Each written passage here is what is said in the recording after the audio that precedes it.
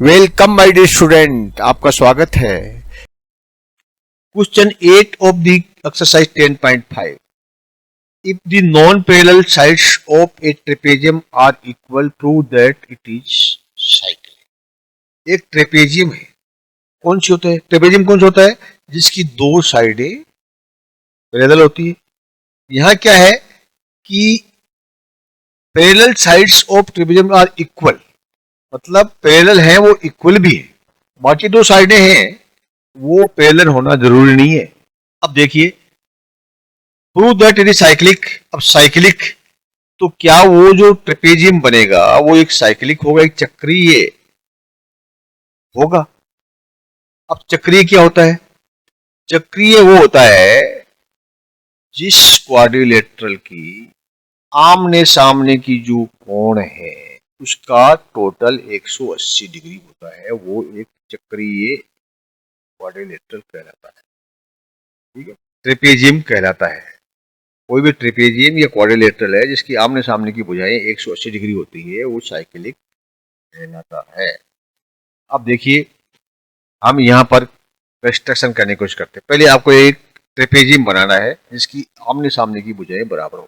मान लीजिए हमने एक भुजा ये खींची और दूसरी भुजा हमने ये खींची थी। ये क्या है? पैरेलल है, समांतर है। ये छोटी है, ये बड़ी है। ये कहते हैं कि non parallel sides are equal. तो ये दूसरी भुजा, इसको यहां से मिलाया और इसको यहां से मिलाया। ये क्या है? पैरेलल नहीं है, क्योंकि ये इस तरफ जा रही है और ये इस तरफ जा रही है। दीज आर नॉन पैरेलल, लेकिन ये है इक्वल। इसका मतलब क्या हुआ कि ये जो डिस्टेंस है, दोनों जो कॉर्ड्स हैं, ये कॉर्ड्स का जो डिस्टेंस है वो बराबर है। ओके, यहां से लेके यहां तक बराबर है और यहां से लेके, इनका लंबाई जो है वो इक्वल है। इनकी लंबाई है वो इक्वल है। अब देखिए, इसको हम नाम दे देते हैं ए बी सी। अब यहां से हम दो लाइनें खींचते हैं, एक यहां से यहां तक और एक यहां से यहां। इसका नाम देते हैं एम और इसको नाम देते हैं। अब देखिए, एक हमारा त्रिकोण बनता है ए एम डी। ठीक है, ए एम डी। और एक त्रिकोण बनता है हमारा बी एन सी। अब इनके अंदर क्या संबंध है पहले ये देख लेते हैं। ठीक है, क्या संबंध है? देखिए, ये तो पैरेलल है, बता रहे हैं, समान है। इसमें कहा है कि ए डी दिया है, समान है, इक्वल है। ए डी और बी सी आर इक्वल है। ये और ये इसके हिप्नोटिज्म इसको बोलते हैं। ये क्या है? ये त्रिकोण बना, ये समकोण है, राइट एंगल ट्रायंगल है। इसके जो हिप्नोटूज हैं, विकर्ण है, वो दोनों बराबर है, ए डी और बी सी। ये विकर्ण। इसके बाद ये जो इसका कोण है ये भी बराबर है, ये भी 90 डिग्री है, ये भी 90 डिग्री है, क्योंकि ये एक समलंब है, परपेंडिकुलर है, ये डी और सी के बीच में। इसलिए हम कहेंगे कि जो कोण है ए एम डी, ठीक है, ये कोण ए एम डी और ये कोण जो है बी एन डी है, ये भी समान है। ठीक है, तो इसको बोलेंगे आर, राइट एंगल ट्रायंगल है। ये एक राइट एंगल ट्रायंगल है, इसलिए आर बराबर हो गया। तो ये बराबर हो गया, ये बराबर हो गया। और उसके बाद हम साइड देखते हैं।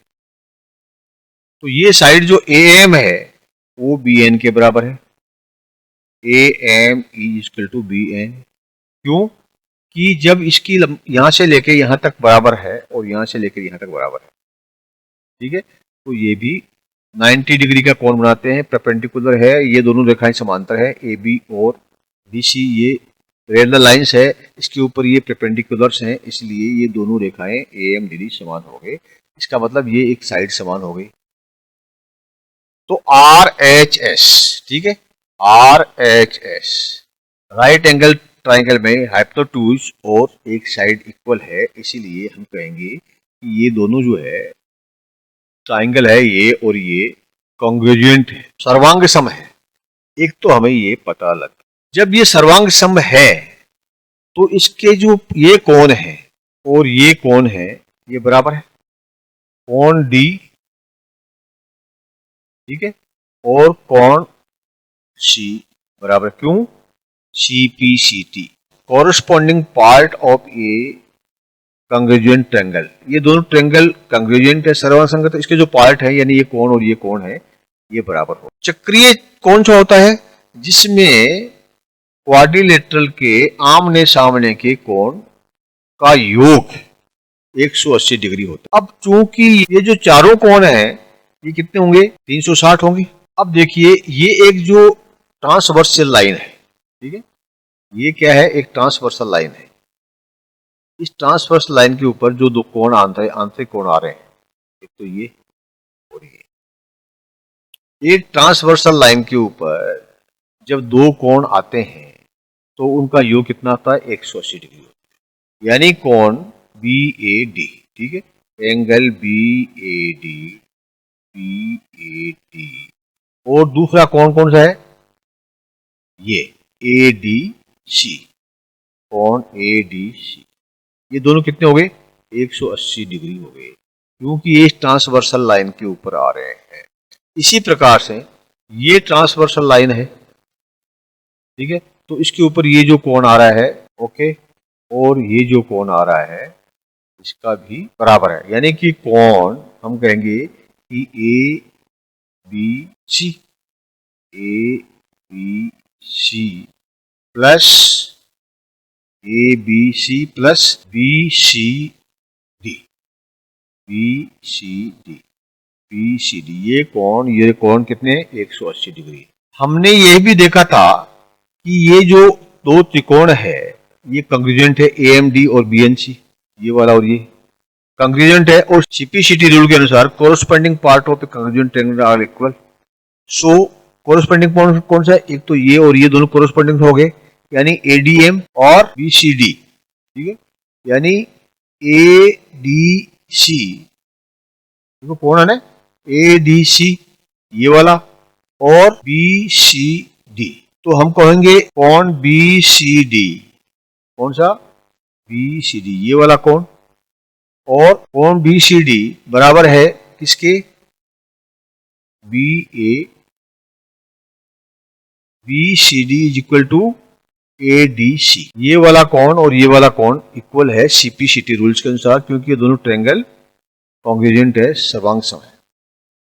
इसका मतलब क्या हुआ, ये जो कोण है ये D के बराबर है, ये ADC और BCD समान है। ADC की जगह आप BCD भी लिख दो, कोई बात नहीं है, ठीक है ना। ADC और BCD समान है, तो हम कह सकते हैं कि कोण BAD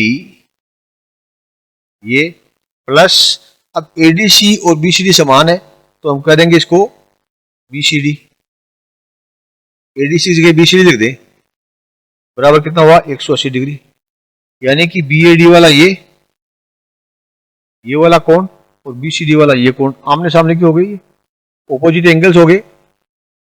तो ऑपोजिट एंगल्स आर सप्लीमेंट्री, क्योंकि इन दोनों का टोटल जो है 180 डिग्री है, और अगर ये सप्लीमेंट्री है तो ये चक्रीय चतुर्भुज हो, साइक्लिक क्वाड्रिलेटरल हो गया। Clear, it is proved that ABCD is cyclic quadrilateral, क्योंकि इसके आमने सामने के जो कोण है वो सप्लीमेंट्री कोण हो गए, यानी इन दोनों का टोटल 180 डिग्री हो गया। Clear, thank you my dear student, please like and subscribe